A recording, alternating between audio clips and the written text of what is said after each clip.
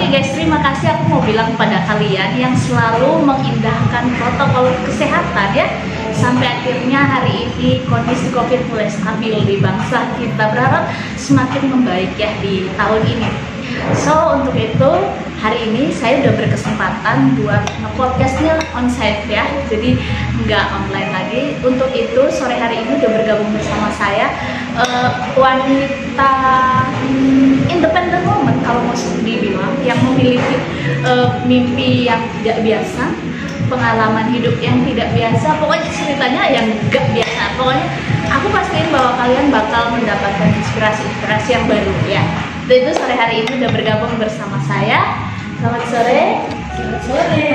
Ya, ini Ibu Inel apa Kak Inel nih? Panggilnya. Baiknya Kak Inel ya, terlihat muda sekali ya. Dari kayak iom-iom gitu ya Kak ya. Nah, mungkin Kakak bolehlah kenalin diri supaya pemirsa boleh mengenal Kakak lebih dekat gitu. halo, nama saya Melda Silalahi. Hanya saya lebih dikenal dengan dipanggil email ya.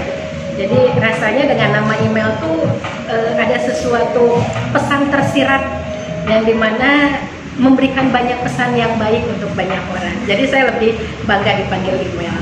Maksudnya pesan apa tuh Kak?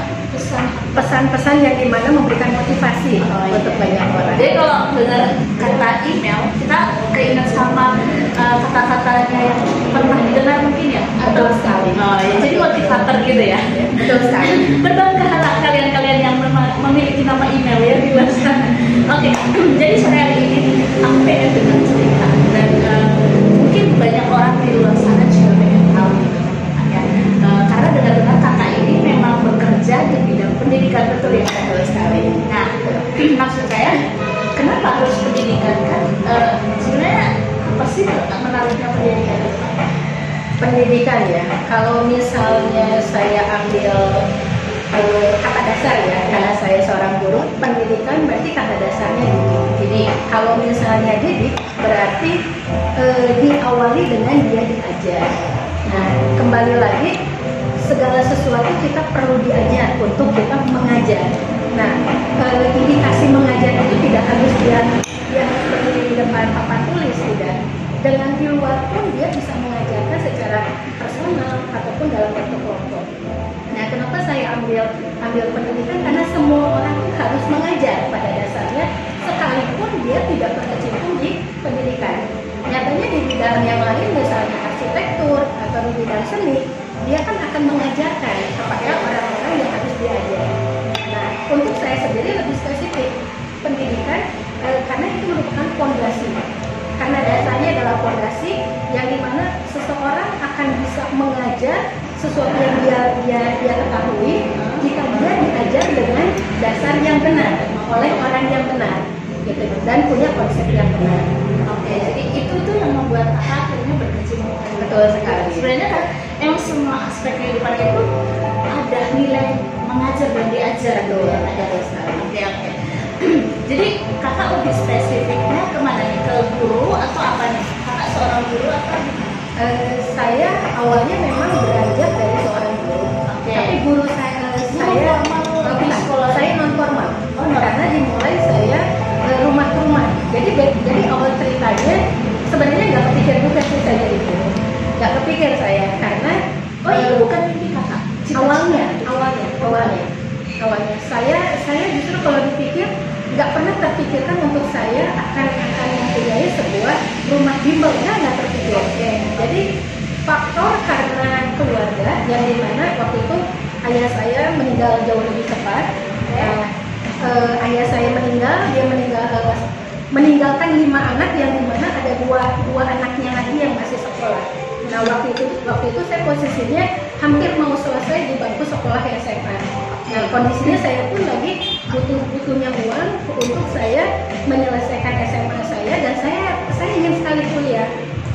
Tapi karena pada waktu itu bapak hanya satu-satunya tulang punggung di keluarga dan meninggal yang begitu sangat menyedihkan ya, yang dimana beliau meninggal karena penyakit kanker, dan pengobatannya udah tahu sendiri ya bagaimana mahalnya pengobatan. Ya, jadi bisa dibilang tidak ada uang sisa lah buat kami untuk kami bisa melanjutkan sekolah. Jadi intinya semua harapan dan mimpi saya yang dimana pada waktu itu saya pengen sekali bercita-cita untuk masuk Unpad di jurusan psikolog. Nah itu harapan saya justru di psikolog. Kenapa saya ambil di psikolog? Saya senang sekali menjiwai banyak orang. Entah kenapa ya, saya ngerasa gitu kalau saya mengenal pribadi ini dan saya bisa menilai dan mendeskripsikan itu adalah sebuah kepuasan gitu. Nah ceritanya singkat cerita akhirnya saya kerja di sebuah perusahaan karena gajinya tidak terlalu besar ya pada waktu itu, karena saya akhirnya melamar sebagai lulusan SMA pada waktu itu. Pakai jasa SMA ya, jasa SMA. Tapi niat saya ingin kuliah itu sangat tinggi pada waktu itu, tapi masih biaya masih kurang ya untuk saya kuliah. Dan saya lebih memilih kerja ketimbang adik saya ini tidak sekolah, karena yang satu yang itu tuh mau masuk SMP, yang satunya lagi masuk SMA. Dan punya dua adik. Dan di mana mereka tuh masih cukup besar untuk biaya sekolah, karena dua-duanya masuk sekolah swasta. Gitu. Akhirnya orang tua mama saya tuh ngasih pilihan, kamu yang sekolah kuliah ataukah adik kamu yang tidak sekolah.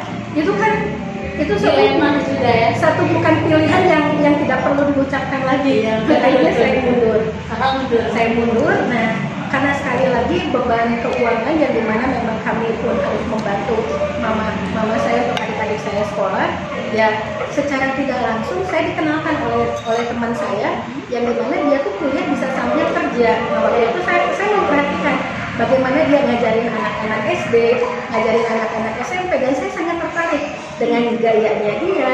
Terus dan saya lihat hasilnya, termasuk saya berapa kali diajarkan oleh beliau itu nangkep banget gitu. Dan itu yang membuat akhirnya basic saya di matematika karena beliau ini gitu. Dan akhirnya saya memberanikan diri dengan gaji saya yang di satu perusahaan ini kurang cukup untuk membantu adik saya sekolah. Akhirnya saya mulai terjun satu rumah ke satu rumah. Malesin satu rumah ke satu rumah, dimulai dari waktu itu tuh anak kelas 5 SD yang saya ajarkan. Itu posisi kakak udah mulai kuliah? Belum. Saya masih lulusan SMA sambil kerja di perusahaan. Jadi bayangkan dia door to door. Betul. Bayangkan saya pulang jam 5 sore dari tempat kerja, dan saya harus ngajar di daerah Kopo. Jadi waktu itu saya kerjanya di daerah Luri Panjang. Saya harus ngajar ke Kopo, belum macetnya, dan saya nyampe rumah bisa sampai jam 10 atau jam 11 malam tiap hari. Karena orang tuanya minta saya tiap hari untuk les ke sana. Gitu. Dan hampir 3 tahun saya lakukan itu, sampai akhirnya pada satu titik di mana perusahaan mengalami penurunan dari secara income gitu. Dan akhirnya mulai ada pengurangan perampingan karyawan, dan salah satunya saya kena. Nah, tanpa disebutkan itu saya sudah melihat indikasi bahwa saya kan salah satu yang akan di PHK gitu. Sampai akhirnya betul, karena saya sebenarnya nggak salah-salah amat sih saya di perusahaan itu, tapi saya entah kenapa saya dibikin tidak nyaman sekali, dan akhirnya saya memutuskan saya lebih baik mengundurkan diri. Sekali lagi, karena saya mempunyai hubungan baik dengan orang tua murid, jadi akhirnya dalam 3 tahun itu saya pegang sampai ada 8 siswa pada waktu itu, 8 siswa.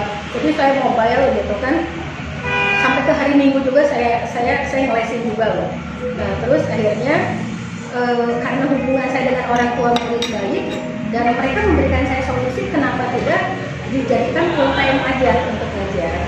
Nah, akhirnya saya coba pikirkan lagi, betul-betul saya matang, karena kalau saya lepas artinya saya sudah kehilangan gaji pokok dengan insentif dan segala macamnya, dan itu hampir 3 digit ya pada waktu itu, udah lumayan karena insentifnya cukup besar di penjualan. Saya bagian spare part waktu itu, penanggung jawab spare part. Nah, jadi saya terpikirnya 3 digit untuk saya lepaskan, sayang sekali. Nah, ini adik saya gimana? Tapi karena sekali lagi yang saya lihat itu adalah enjoy-nya saya suka sekalipun saya memang harus ngajar sampai malam, gitu, sampai harus habis waktu, bahkan nyampe rumah pun saya belajar belajar lagi, tapi karena saya suka dengan apa yang saya kerjakan, ya saya enjoy aja gitu kan. Saya rumah yang paling jauh waktu pas saya harus ngajar itu di Cijambe, Ujung Berung. Di Ujung Berung, bayangkan Poso, Ujung Berung, belum daerah Jalan Supratman.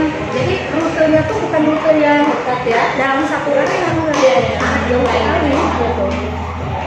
Jadi ya sekali lagi karena saya suka dengan apa yang saya kerjakan, saya nikmati, sekalipun memang bisa dibilang gaji saya hampir sama sih pendapatan saya dengan saya ngajar dari 8 siswa dengan saya jadi kursi. Tapi karena sekali lagi saya mengambil pekerjaan yang dimana orang mensupport saya. Ngapain saya gaji besar tapi nggak ada yang support gitu, yang ada kayak mencari-cari titik kesalahan. Lebih baik ya saya lepas ya. Walaupun memang saya beranjak dari akhirnya saya kembali ke nol dengan gaji saya 3 digit, tapi saya harus mengeluarkan modal ya. Saya harus cari tempat satu kos-kosan waktu itu untuk bisa anak-anak mulai saya panggil. Jadi itu pun karena masukan dari orang tua murid. Kenapa nggak ambil satu base camp? Akhirnya orang tua murid ini yang mensupport saya, dan orang tua murid ini akhirnya yang mendukung saya dan bahkan menjadi marketing ya. Jadi semua orang tua ya. 8 siswa ini orang tuanya semuanya marketing. Jadi bayangkan dalam 1 tahun itu dari 8 akhirnya terjadi pelipatan 16 sampai ke 25 waktu itu. Story foto-fotonya ada juga.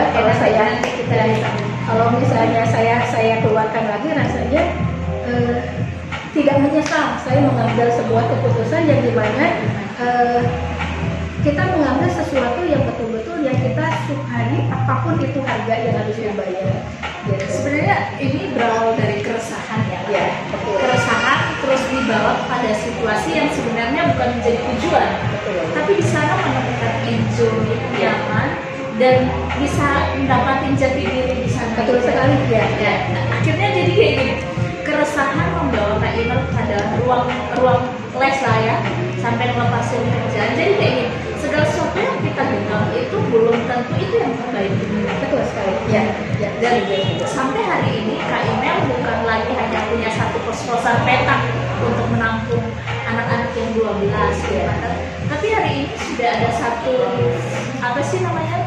lembaga bukan? Lembaga yang namanya apa? Bina Siswa. Nah, dari awal support yang orang nggak akan kenal siapa Kak Inel, tapi dengan giatnya. Nah, ini awalnya kan disupport sama orang tua siswa. Selain mereka, ada nggak orang lain yang benar-benar bantuin Kak Inel? Nih gini nih, metodenya gini, sistemnya gini, kalau benar ada nggak? Atau emang itu belajar Itu saya otodidak banget sendiri, mikirin semuanya sendiri? Ya, karena pada dasarnya ketika saya bilang saya akan betul-betul terjun di dunia pendidikan, orang itu meragukan saya. Termasuk salah satu branch manager yang dimana dulu perusahaan yang saya dipimpin gitu sama beliau. Memang dia ini sayang sekali dengan saya harus keluar. Sampai akhirnya dia merujuk, ini ada loh Mendeler yang dimana dia lagi butuh karyawan. Terus akhirnya saya rekomendasi lah ya, gitu supaya saya nggak lost banget, nggak ada kerjaan banget. Ya itu tandanya sebenarnya di sekeliling saya itu banyak orang yang sayang sama saya ya. Cuman saya kadang nggak aja sih kadangnya. Makanya jangan terlalu fokus dengan masalah. Mungkin ini kuncinya ya. Untuk kita bisa melihat orang-orang di sekeliling kita tuh bahwa mereka tuh kayak jangan fokus pada masalah diri kita sendiri. Lihat keluar. Ada nggak sesuatu prestasi selama 12 tahun ini yang membuat Kak Inel aku puas gitu, maksudnya ini buat aku bangga dari membawa kakak sendiri?